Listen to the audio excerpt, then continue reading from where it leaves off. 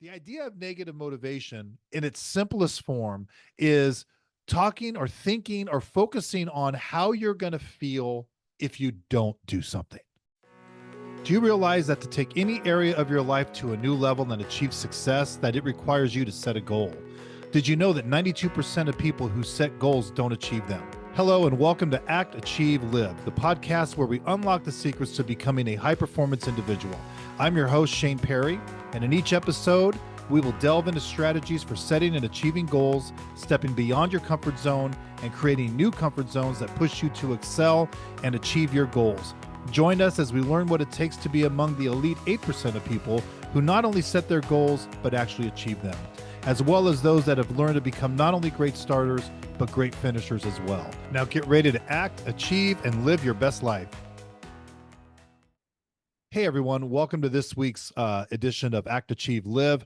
What I want to talk to you about today is we're going to talk about the concept of negative motivation and why it's so important, why it's so critical. Now, I want to preface this by talking about the idea of thinking about something negative. Because look, in the self-improvement, in the self-help, in the mindset motivation, in the motivation world, goals, all that stuff, which I exist in, we're always taught that positive motivation is everything. You need to fill your head with positive thoughts. You need to think about why you're doing this and where you're going to be and how good it's going to feel when you're there. And that's all important. That's all true. And you need to do that.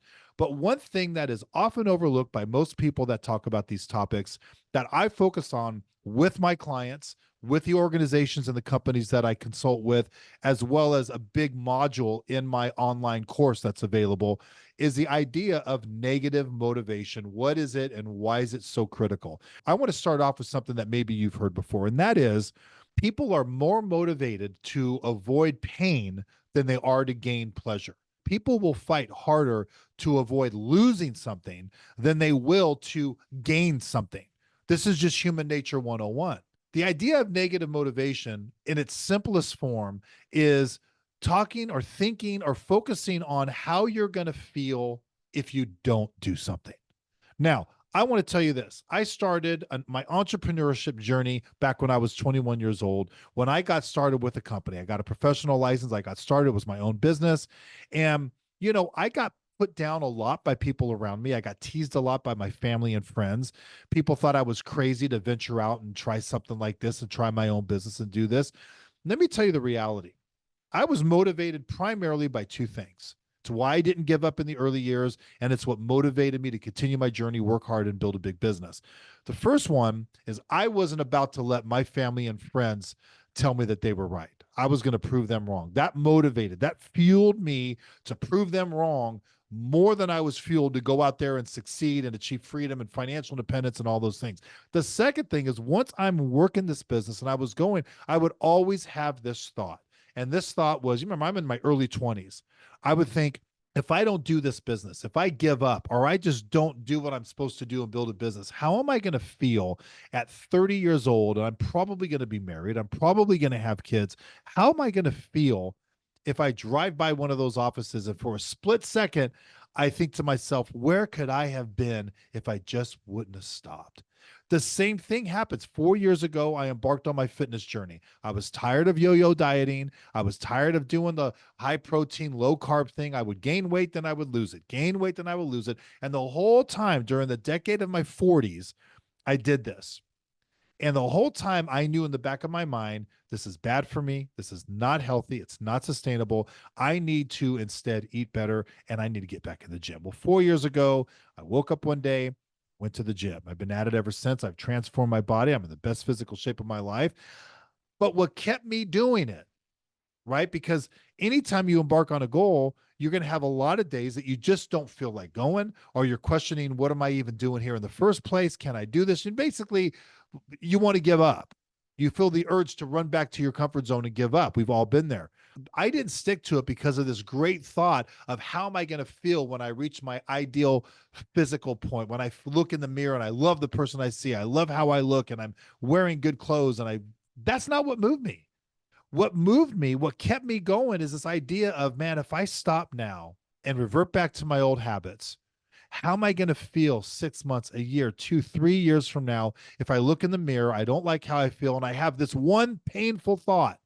Where would I be right now if I just wouldn't have stopped? Where would I be right now if I just wouldn't have given up? Where could I be right now if I would have kept going? Now, look, if you're listening to this, you've probably had this thought, and it is one of the worst thoughts that you can ever have. It's a big reason why so many people don't go embark on goals again, right? They don't go back and try because they don't want that feeling.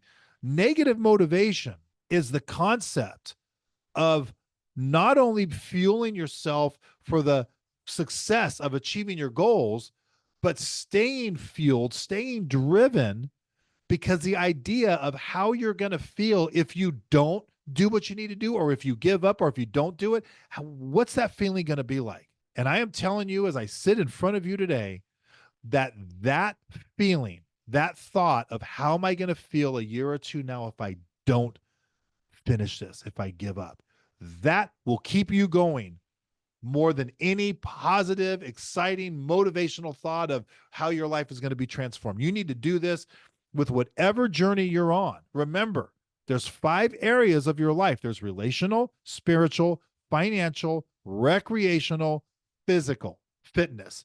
Anytime you want to take any one of these areas or more to another level, you got to set a goal. You got to create a plan. You got to understand you're going to leave your comfort zone. You're going to face this disruption and discomfort when you leave that comfort zone, but you need to fuel it not only with surrounding yourself with your goals of how great it's going to be when you get there, but it also needs to be fueled with how am I going to feel? What is my life going to be like if I don't do it?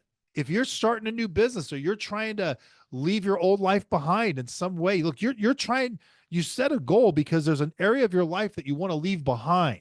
You're not happy with an area of your life, which is why you're setting a goal to take that area to new heights.